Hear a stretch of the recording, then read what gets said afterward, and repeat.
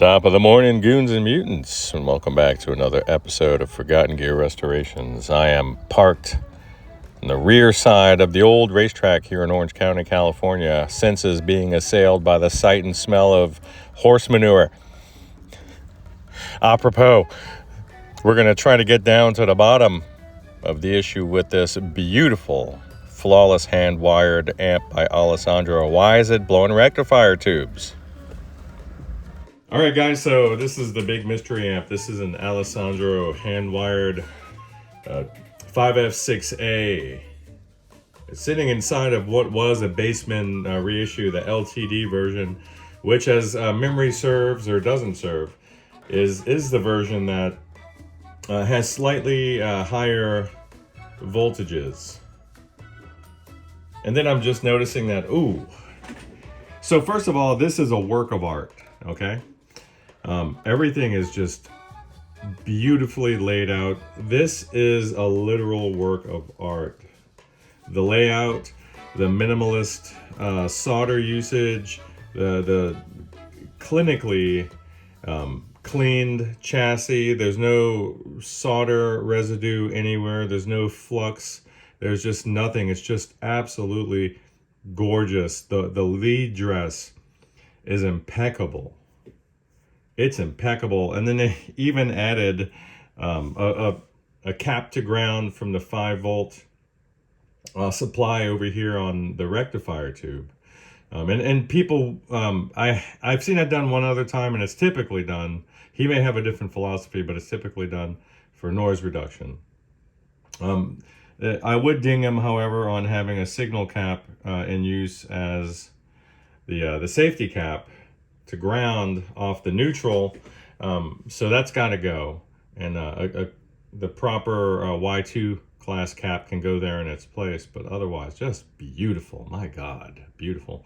Another ding would be this, and I don't really think that this was them, but it's best not to use coin-based tubes on amps that have these bear trap type tube retainers. For obvious reasons. You have metal under tension against glass directly. That's heating and cooling, so not too good of an idea. This I just can't say enough. It's one of those things where the more you see, the more you appreciate it. Like, look at the angle on the bias supply here. Everything's at the same angle. It's absolutely beautiful. Just absolutely beautiful. What else can I say? It just speaks for itself. Absolutely beautiful. Beautiful work there. I found no flaws here, as you can imagine. And the customer is having a bad experience with these rectifier tubes blowing intermittently.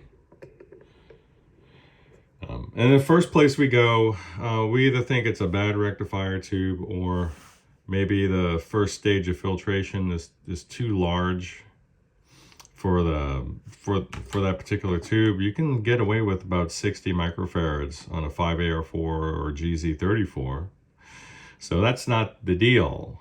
I did pull this guy off of his turret, and these are not traditional turrets. I've never seen these used elsewhere, and initially I was like, wow, these are incredibly thin and they look fragile, and I was worried that metal fatigue would end up causing an issue, but I'm not really certain that's going to be the case. They're incredibly stout. I tried to lightly torque one over. It's not happening. I'm not going to push the issue. It's really well crafted. These are obviously rebranded F&Ts made with the Alessandro label, and this should be 47 microfarads. It's reading around 49. That's totally fine. It's totally fine for that tube.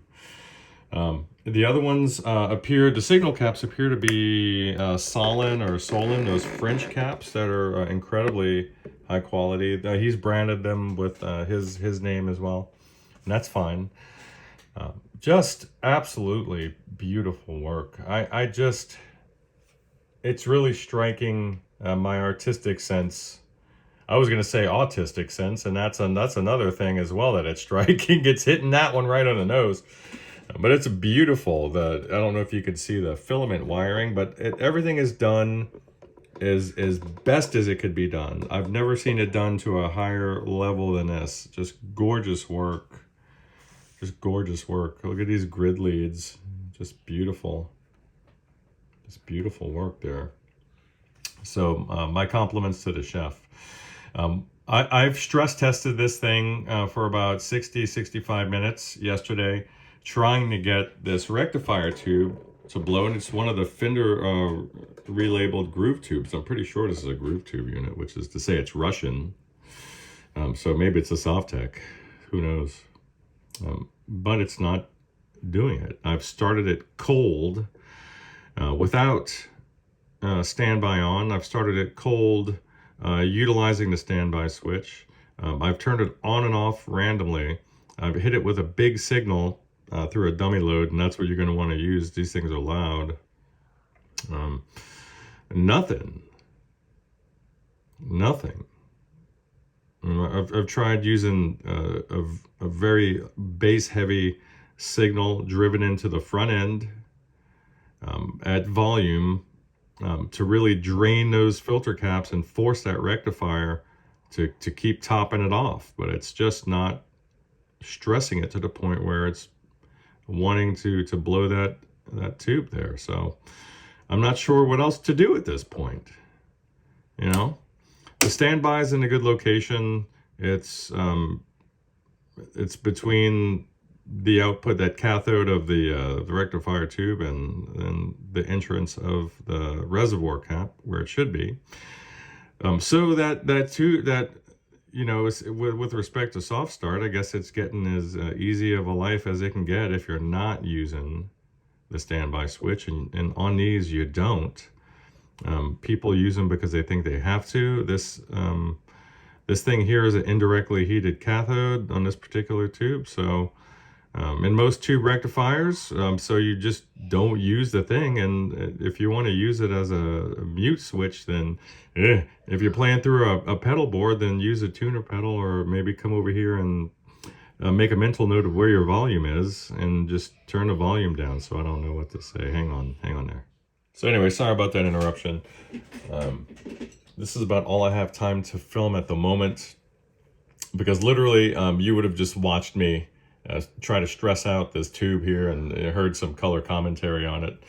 The one other thing that I would do differently, and just looking at the gap between this beautiful epoxy resin, this FR4 board here, and the chassis floor, I could see why he wasn't able to use something like that. But typically, with a bias pot inside of a combo shell, especially one that's treated to this level of SPL, I would have just considered using the type that have the nut that locks the shaft down from moving.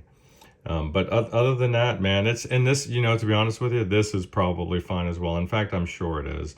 But picking nits, I got to try to find something wrong with it. It's just, I'm not really having a good time doing that. This thing is just beautiful. It's absolutely beautiful. I'm not sure what happened with the guy's rectifier tube situation. The company was claiming that, hey, you had some faulty power tubes and that's what caused it. And then at the owner's expense, they replaced those tubes and then sent it back home. And then he says, hey, when I got it back, it was blowing rectifier tubes. So I'm not seeing that happen here on my end, and I can't instigate that problem. I may pull this tube aside, and I see there's a JJ and a Softtech GZ34 that was included with the amp for service or assessment.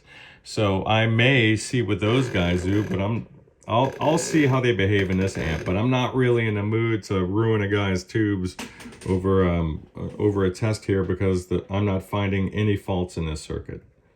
So I'm getting steady and stable voltages all the way across. It's just running like a top. It's beautiful. It's beautiful. So I'll see you guys shortly.